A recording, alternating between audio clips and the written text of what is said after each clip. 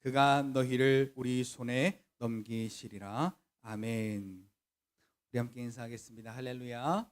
하나님의 은혜가 오늘 저와 여러분들의 예배와 삶 속에 충만하게 넘치시기를 예수님의 이름으로 축복합니다. 우리 앞에 옆에 뒤로 이렇게 인사하겠습니다. 믿음으로 살 때 승리합니다. 오늘 찬송할 맛이 나더라고요. 왜냐 하니까 하나는 목청껏, 우리 다 웃었죠. 네, 왜, 뭐, 네, 소리를 지르면서 고래고래 찬송하는 그 소리에 우리는 다 웃었습니다만, 저는 얼마나 그 눈을 맞추면서 같이 이렇게 찬송했나 모릅니다. 또 하나는 여기 계신 분들은 다 근엄하셔가지고 손 들고 찬양합시다 해도 그냥 그리고 그냥 내가 왜 손을 올려. 그런데 저 뒤에서는 처음부터 끝까지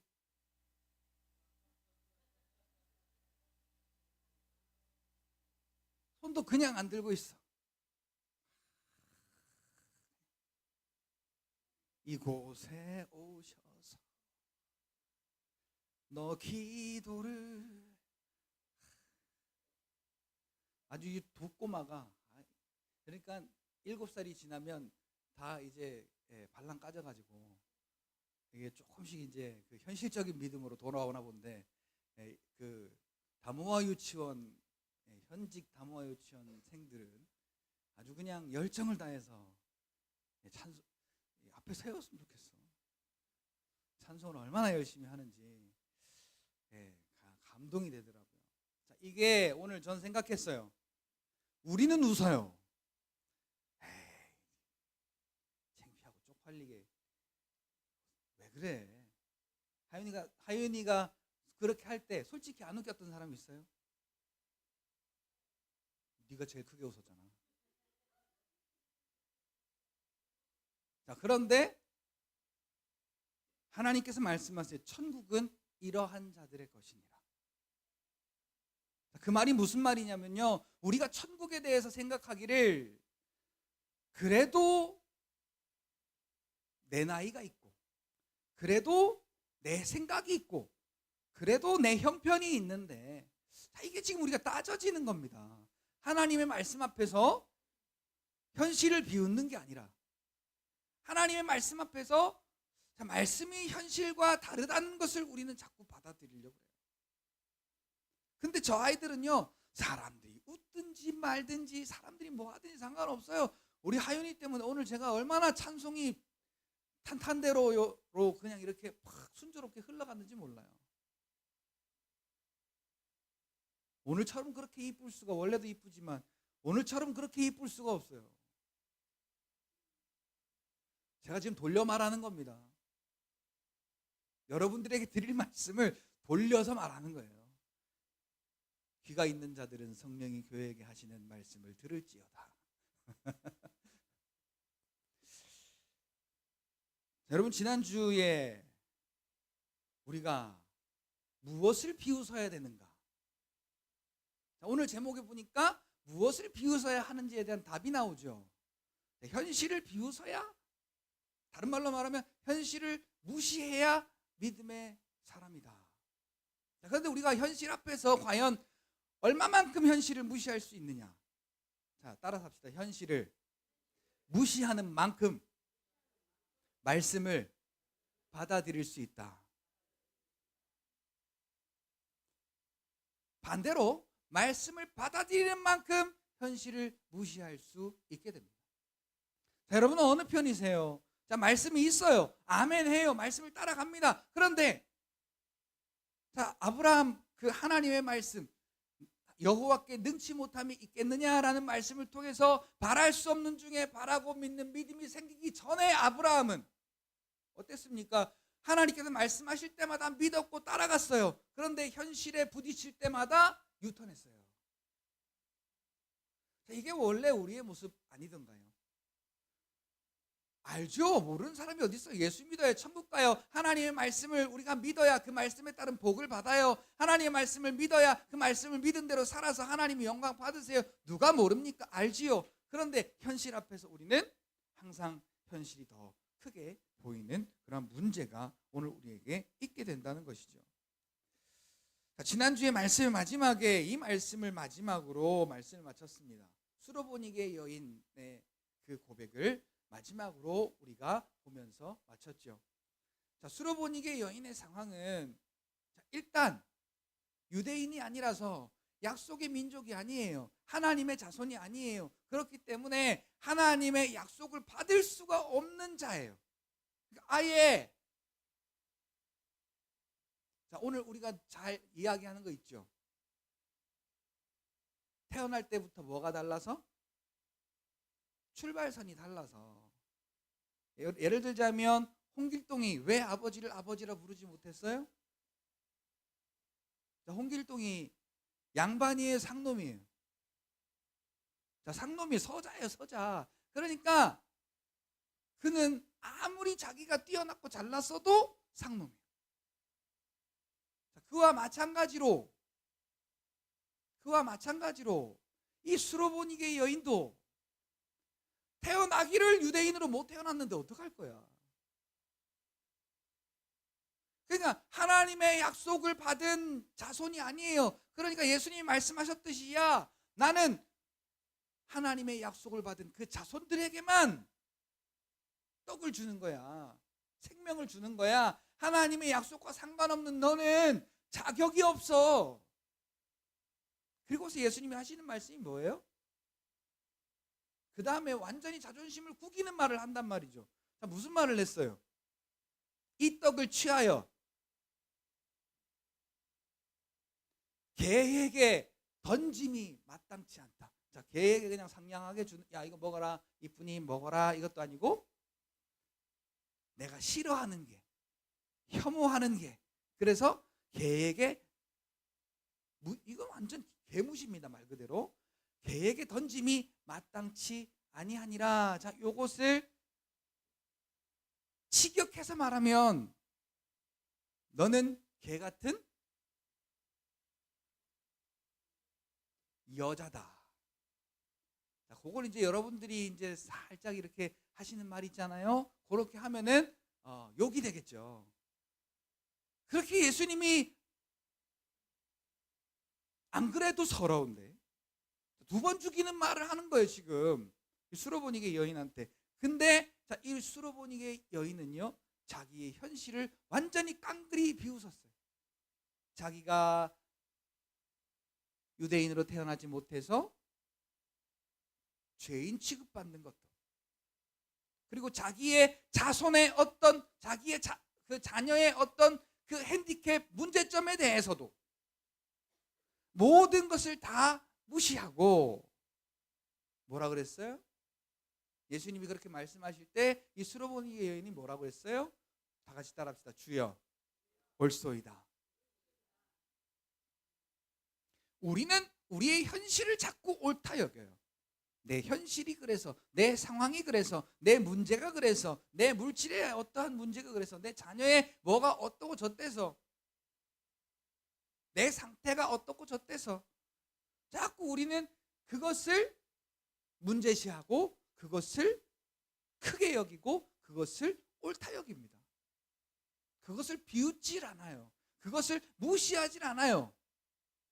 자, 같이 따라할까요?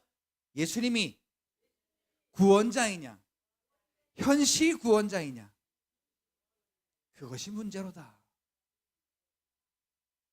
자, 여러분 어떻게 받아들이세요? 얼만큼 받아들이세요?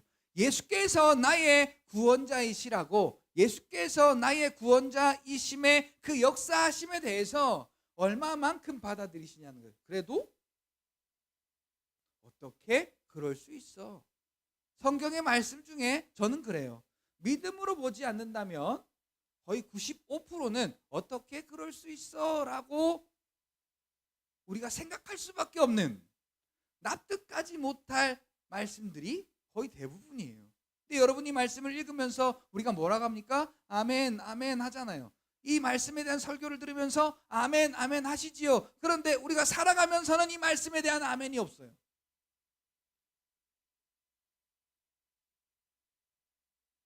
다 같이 따라합시다. 말씀을 들고 살아갈 때 아멘으로 화답하자. 우리가 살아갈 때 이 말씀을 들고 아멘 하는 게 중요한 겁니다. 여기서는 아멘 100만 번, 1000만 번 해봐도 소용이 없어요. 성경에 이런 예가 있습니다. 어느 집에 두 아들이 있는데 아버지가 야 가서 너 일 좀 해. 그러니까 큰아들은 아주 공손하게 그 집에서 아주 그 믿음직한 착한 아들 있잖아요. 했는데 안 갔어요. 근데 둘째 아들은 싫어요. 그러고 다시 생각해 보니까 자기가 잘못한 것을 깨닫고 가서 일을 했답니다. 자, 여러분은 어느 편이신가요? 첫 번째 축에 속합니까? 두 번째 축에 속합니까? 우리의 믿음의 편에서 볼 때 말씀드리는 거예요. 자, 첫 번째는요, 믿음의 사람인 척하면서 현실에 묶여 사는 사람입니다. 자, 두 번째 사람은 현실에서 돌이켜서 믿음으로 사는 사람입니다. 그러니까 우리는 볼 때 두 번째처럼 말하면 저 새끼 저거 싸가지 없는 새끼 저거. 그리고 우리는 바라본단 말이죠. 첫 번째 사람은 참 착하다. 저 아들을 둔 아버지는 참 복되다. 이렇게 말할 테지만 그 속을 보면 어때요? 전혀 딴판이죠. 자, 우리는 그래서 오늘 말씀을 통해서 뭐가 믿음의 사람이냐. 자, 지난주에 우리가 말씀을 나눈 그 말씀을 통해서 우리는 무엇을 비웃어야 되는가? 왜 비웃어요? 그것을 비웃어야 우리는 믿음으로 살 수 있기 때문이에요. 그것을 무시해야 믿음이 오늘 우리에게 역사하기 때문이에요.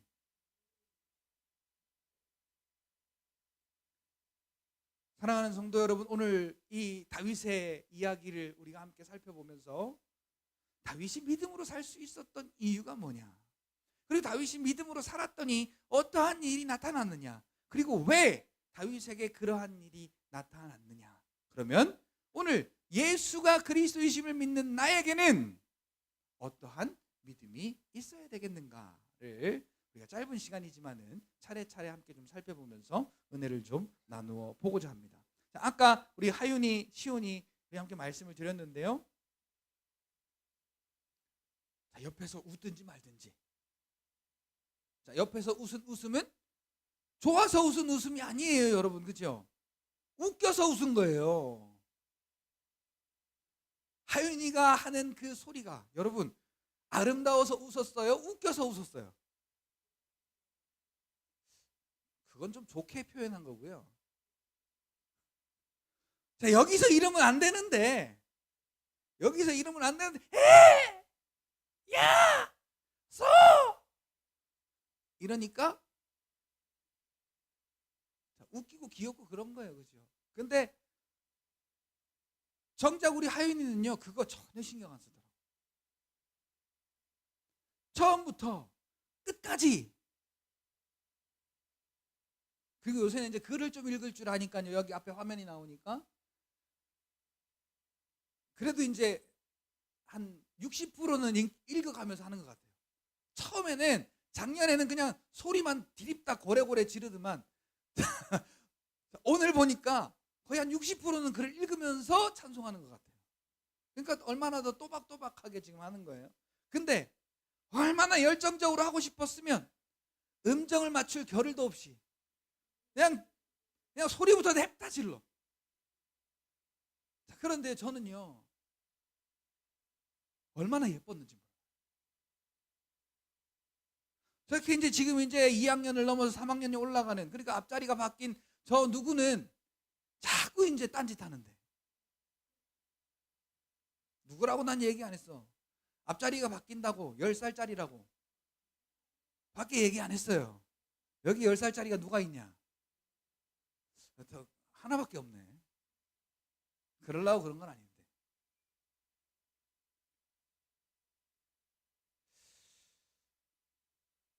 너무 예쁜 거예요, 그게. 자, 하나님이 우리를 보실 때도 그렇게 보시지 않으실까요? 세상 사람들이 그 모습에 대해서 야, 왜 그래? 야, 그래야만 되냐? 아이고 참나 어이가 없네 정말. 자, 이러고 우리가 예배드리고 기도하고 우리가 말씀대로 따라가는 그 삶에 대해서 세상이 비웃을 때에 하나님은 야 세상에서 너 같은 믿음을 보겠느냐 라고 우리의 믿음을 칭찬하실 겁니다.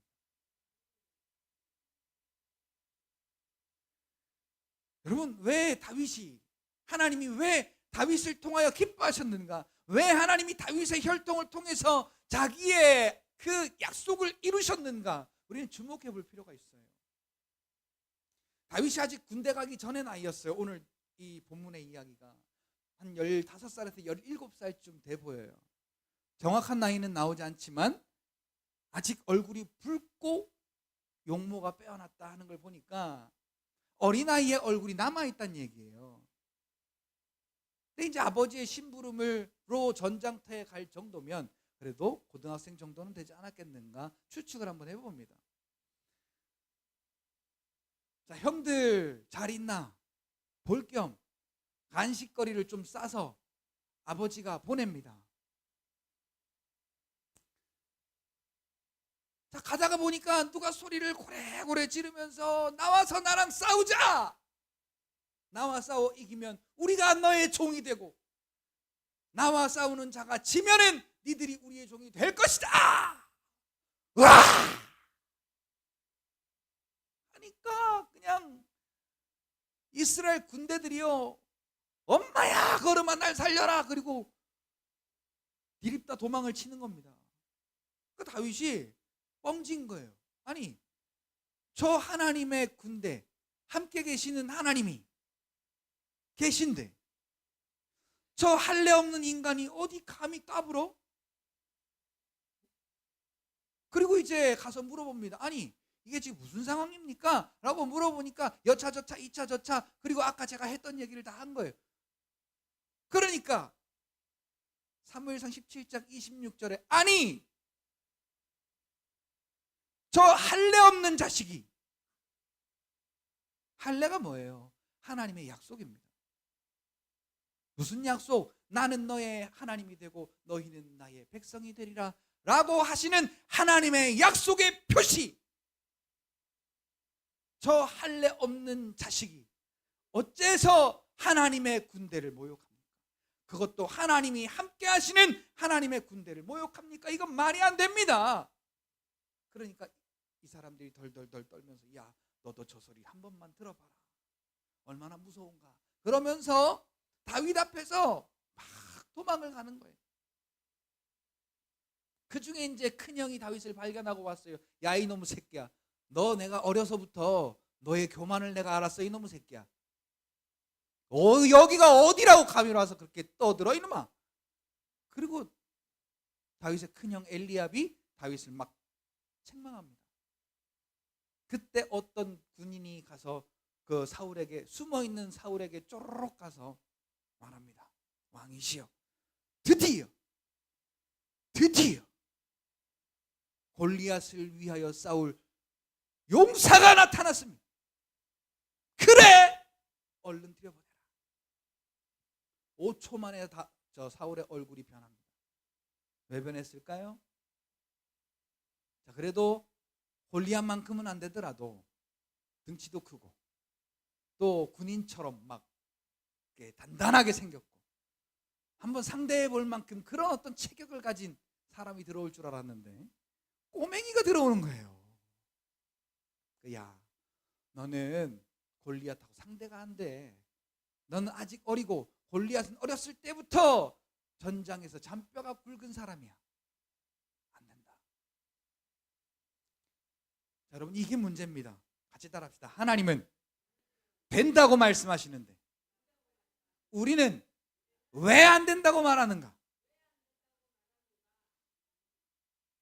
자, 하나님은 된다고 말씀하세요. 하나님이 말씀하시거든요. 성경의 전쟁 가운데 항상 말씀하시는 게 그거예요. 내가 싸우리라. 우리가 싸우는 게 아니고요. 하나님이 싸우신대요. 하나님이 된다라고 말씀하시는 이유는 우리가 하는 게 아니라 하나님이 하시겠다는 거예요. 자, 근데 우리는 어때요? 내가 기준이잖아요. 그러니까 내가 할 수 있으면 하는 것이고 내가 못할 것 같으면 못합니다 라고 이렇게 잘라 말하는 거예요. 다윗이 말하는 거예요. 아니, 하나님이 함께 하시는 저 하나님의 군대를 할례 없는 자식이 모욕할 수가 있느냐. 그리고는 아닙니다. 하나님께서 사울에게 말하는 거예요. 야, 너 안 돼 라고 말하는 사울에게 하나님께서 나와 함께 하셔서 내가 어린 양을 지킬 때에 곰이 오면 곰의 입을 찢어 죽였고, 누가 함께 하셔서? 하나님이 함께 하셔서. 사자가 오면 사자가 와서 내 그 양떼를 뺏어갔을 때 쫓아가서 그 수염을 잡아서 그것을 찢어 죽였습니다. 하나님이 함께 하셨기 때문입니다. 하나님이 함께 하셔서 나에게 이러한 일도 있었지만은 내가 위험을 당할 때에도 하나님이 함께 하셔서 나를 지켜주셨습니다. 하물며 저 골리앗이니까 내가 싸우겠습니다. 자, 내가 싸우겠다는 말은요, 내가 하겠다는 이야기가 아니에요. 하나님이 하심을 인정하는 겁니다.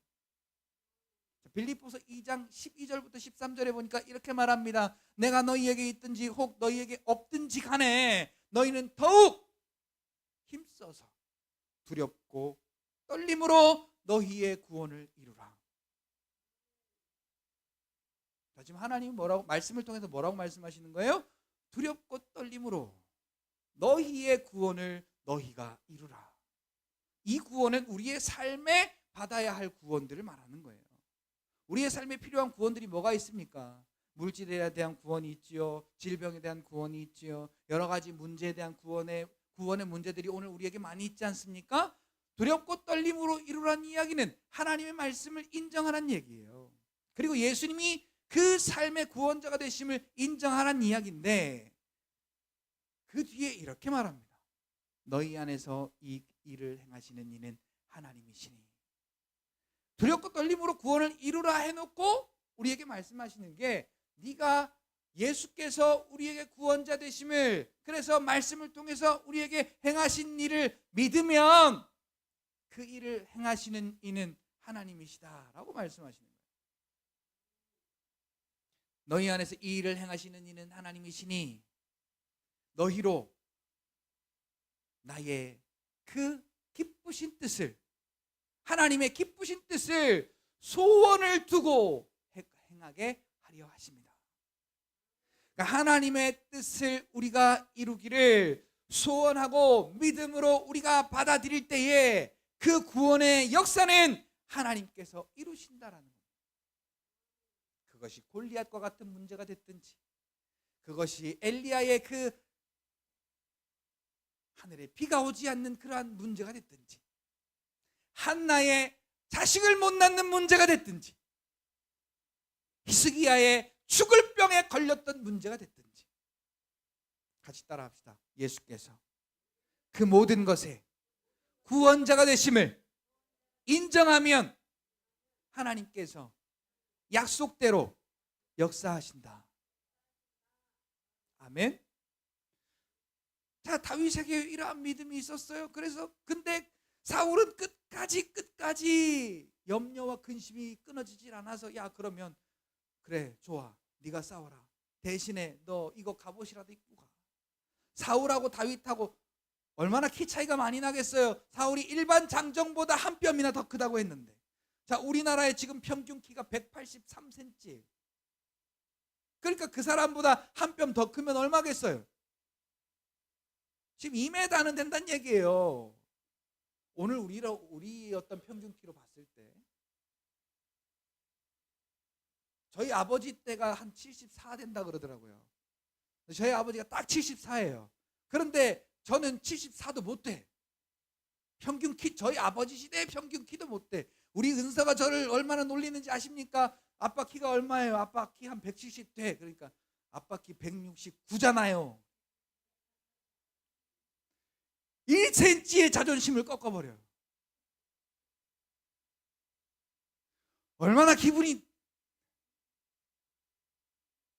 자, 그런데 자, 사울이 그렇게 한 2m가 되면은요, 이 다윗은 이제 한 170이 됐을까 말까 한 정도의 키예요. 그러니까 이 골리앗의 갑옷을 입으니까 맞겠어요? 안 맞겠어요? 그러니까 입어보고 몇 걸음 걸어본 다음에 그냥 다 벗어 젖혀버리고 나왔어요. 나와서 그 강가에 가서 맨질맨질한 돌을 5개를 주워서 물매와 함께 가지고 골리앗 앞으로 갑니다. 완전 이건요 여러분, 골리앗을 개무시하는 겁니다. 왠지 아세요? 자, 골리앗은 지금 완전 무장을 하고 왔잖아요. 자기의 어떤 등치도 등체지만은 그 골리앗이 갖고 있는 무기들을 보니까, 자, 창은 배틀채 같고, 여러분 배틀채 보신 분 여기 아마 나이 드신 분들은 보셨을 거예요. 자, 이 창자루가 배틀채 같대요. 배틀채. 그게 지금 얼마나 한 거예요 그러면? 자, 배틀채를 한번 찾아서 검색을 해보시기 바랍니다. 하여튼 장난 아니게 커요. 그 배틀채 같은 이만한 그 창자루를 가졌으니 그 안에 있는 창은 얼마나 무겁고 크겠어요. 그래서 제가 무게를 계산해 봤어요. 그가 갖고 있는 무게를 거기에 세겔로 계산을 해놨더라고요. 세겔이 옛날에 그 무게를 재는 방식인데, 뭐는 몇 세겔이요, 뭐는 몇 세겔이요, 그걸 계산해 보니까 거기에 나와 있는 것만 한 400여 킬로가 되더라고요. 자, 400여 킬로의 무기를 들고 이렇게 날렵하게 움직일 수 있을 정도니까 얼마나 힘이 있는 거예요. 근데 한 대 잘못 맞으면 가는 거예요. 그냥 이렇게만 맞아도 얼굴이 나가 떨어질 수가 있는 그런 엄청난 힘을 가진 거죠. 자, 그런 골리앗 앞에 갑옷도 안 입어, 키도 쬐깐한 게, 무기도 아무것도 없이 와. 그러니까 골리앗이 어이가 없어서 한단 말이, 야, 넌 나 개로 알고 그렇게 막대기를 들고 왔니? 내가 개인 줄 알아 임마? 그리고 이렇게 골리앗이 다윗에게 말하는 거예요.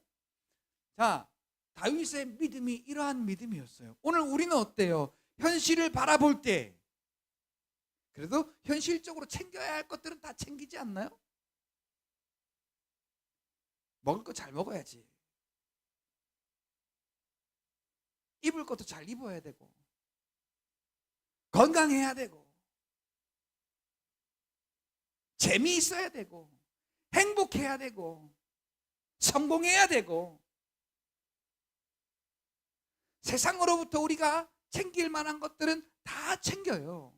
그런데 오히려 다윗은요, 그 골리앗 앞에 나가면서, 세상 앞에 나가면서, 그 문제 앞에 나가면서, 현실 앞에 나가면서 완전히 그 현실을 비웃는 모습으로 나갔던 겁니다.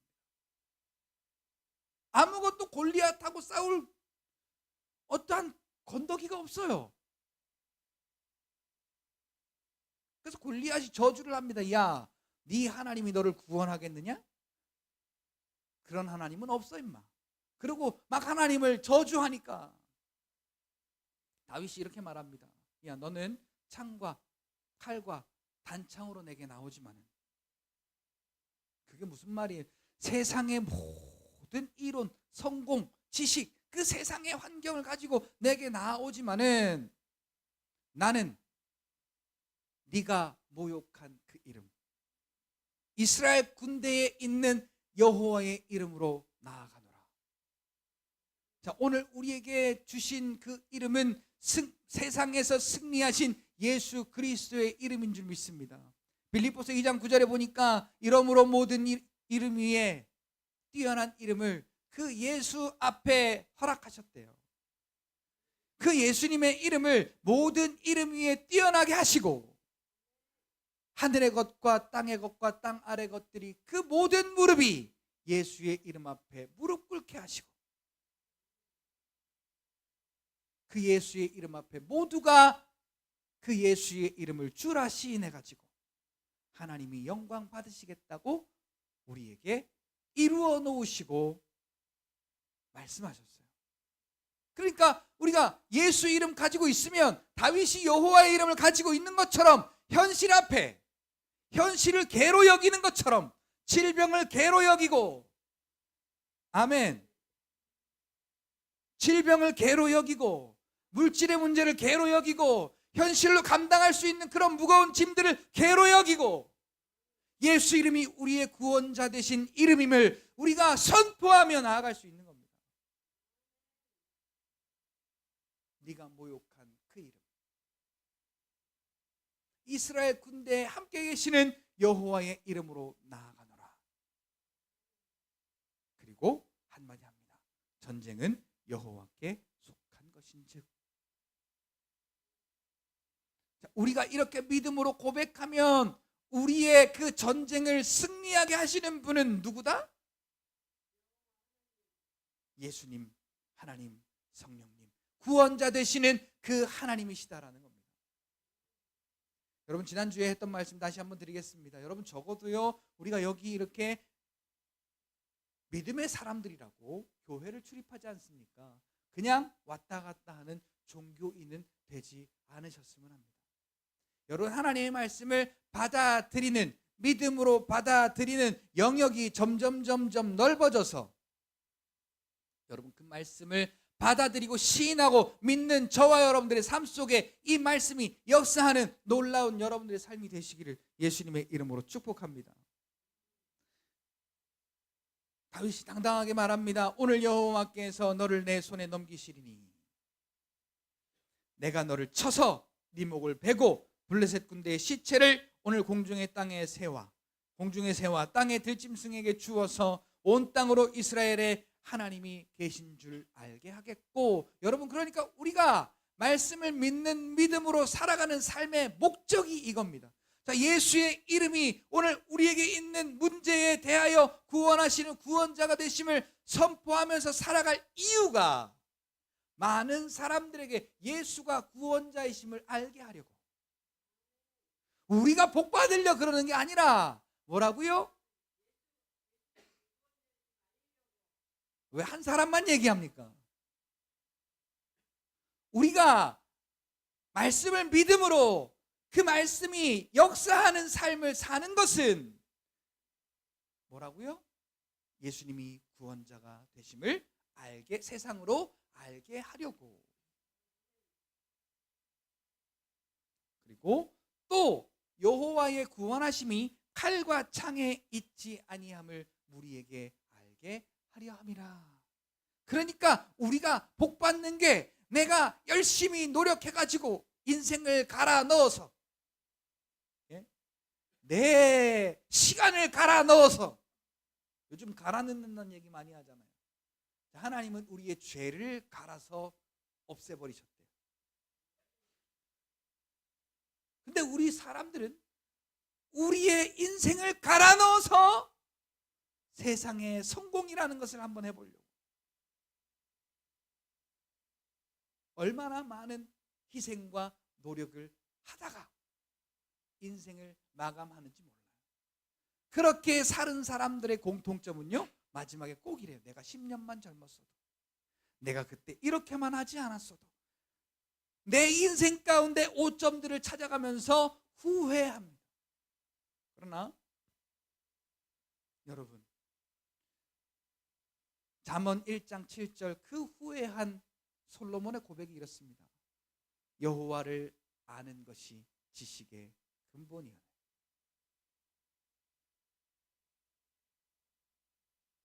여호와를 아는 것이 지식의 근본이오네. 미련한 사람은 이 지혜와 훈계를 멸시하느니라. 좀 정정해서 말할게요. 말씀 좀 잘못 말씀드렸어요. 하나님을, 여호와를 경외하는 것이 지식의 근본이야. 그러니까 하나님의 말씀대로 사는 것이 지식의 근본이다. 근데 그 모든 것을 누렸던 솔로몬이 그렇게 말한 이유가 뭐예요? 난 그렇게 못 살았다.